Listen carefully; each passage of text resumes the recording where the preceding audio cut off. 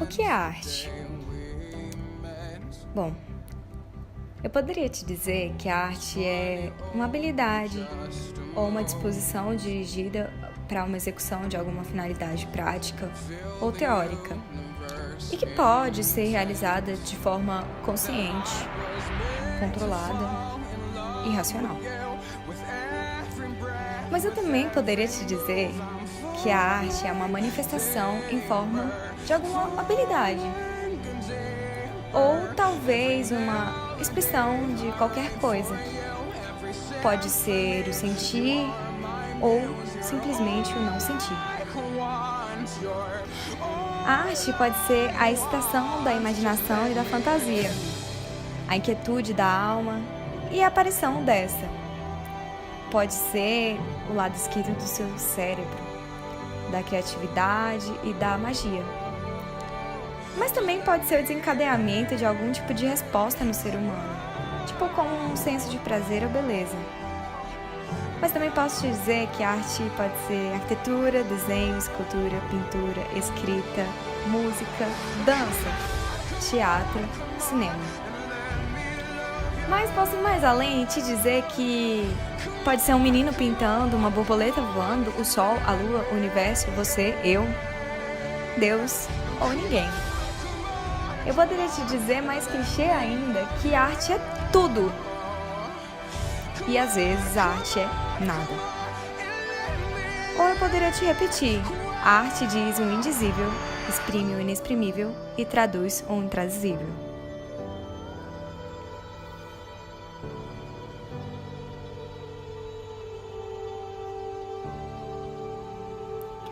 Bom, mas eu não vou te dizer nada disso. Eu vou te mostrar tudo o que eu sei. Eu vou te entregar aquilo que eu sinto, penso e imprimo sobre arte. E ao final de tudo isso, eu quero que você me diga: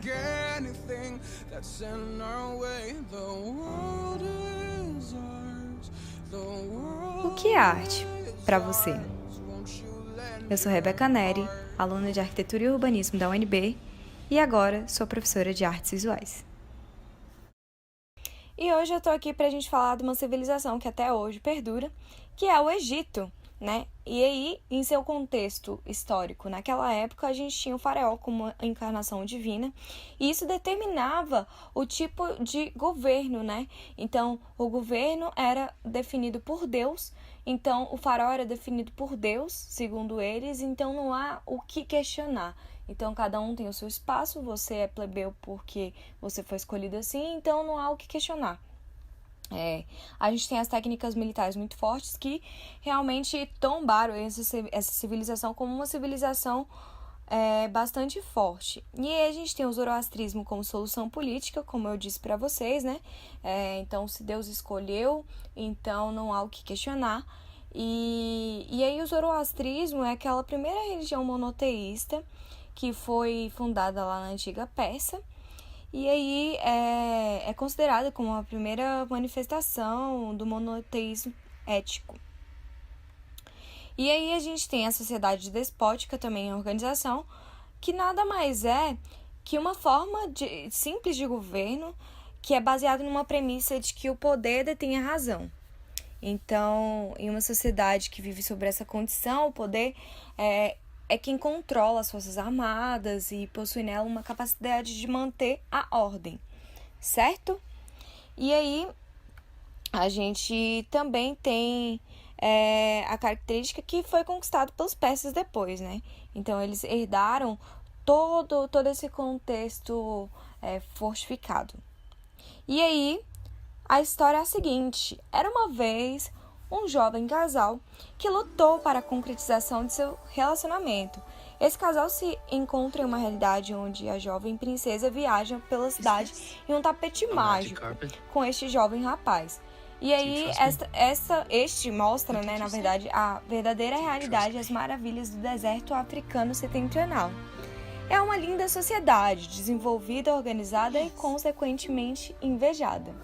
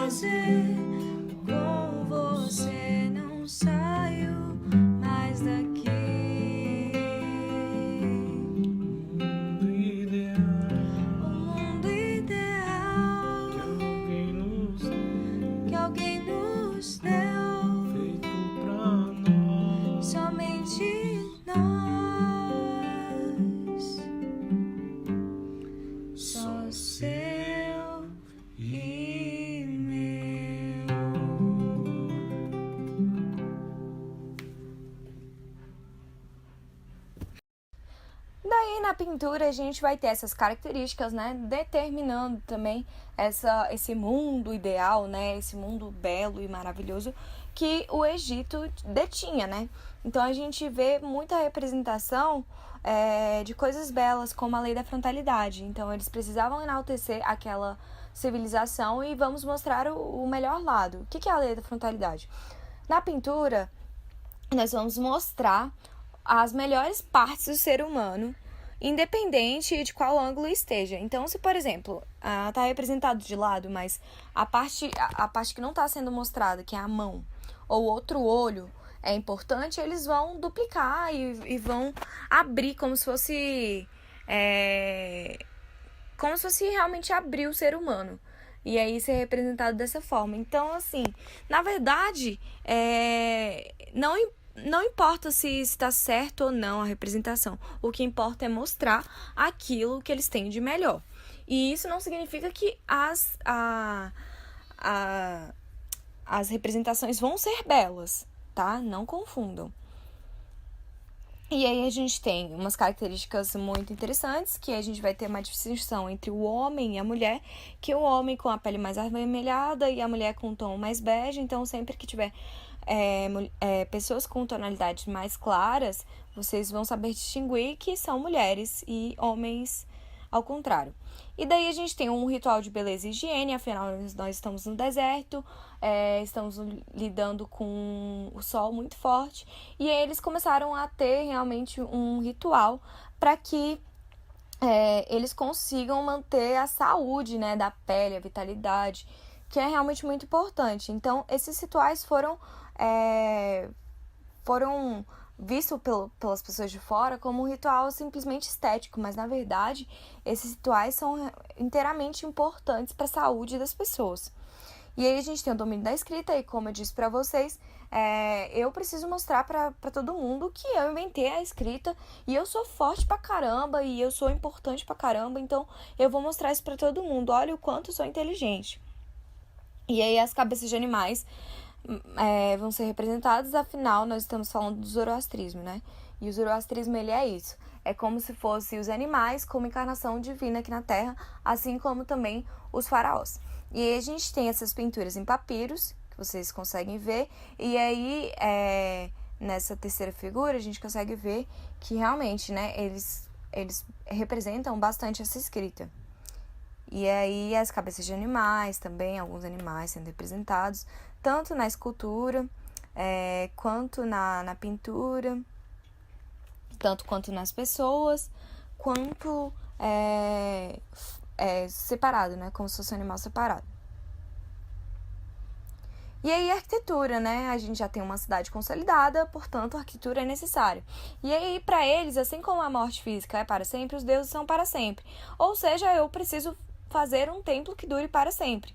E não é à toa que eles têm essa icônica, né? Essa parte icônica que é como essa estrutura era realmente feita, né? Porque até hoje elas continuam fortificadas. E aí, como sempre, a escrita vai estar ali, né? Acompanhando.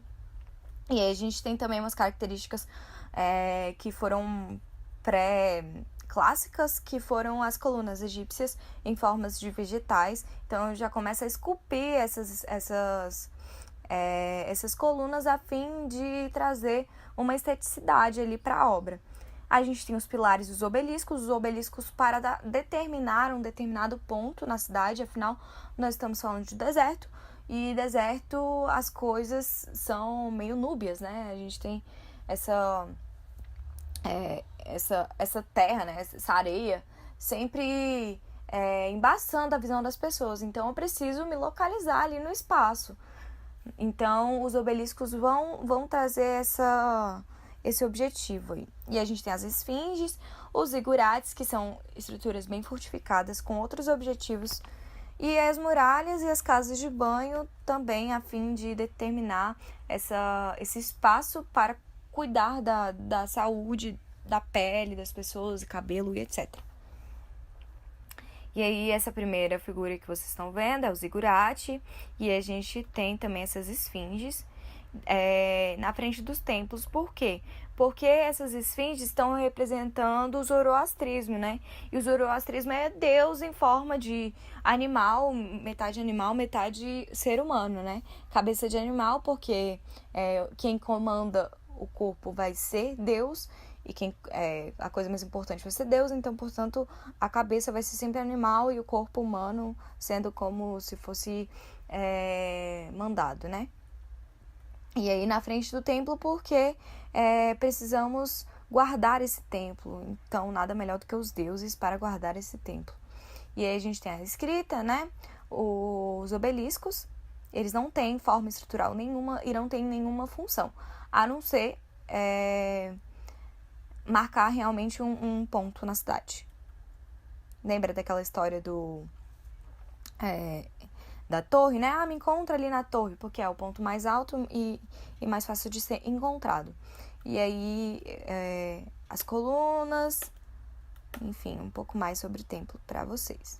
E aí, as pirâmides de Gizé, as 6 pirâmides de Gizé, que são muito icônicas até hoje, é um mistério e enfim, datam realmente um momento importante de construção na sociedade. Então aqui a gente já começa a falar de estruturas parrudas que perduram durante muito tempo, né? Mesmo ainda sendo deteriorada. A gente está falando de também de um universo onde tem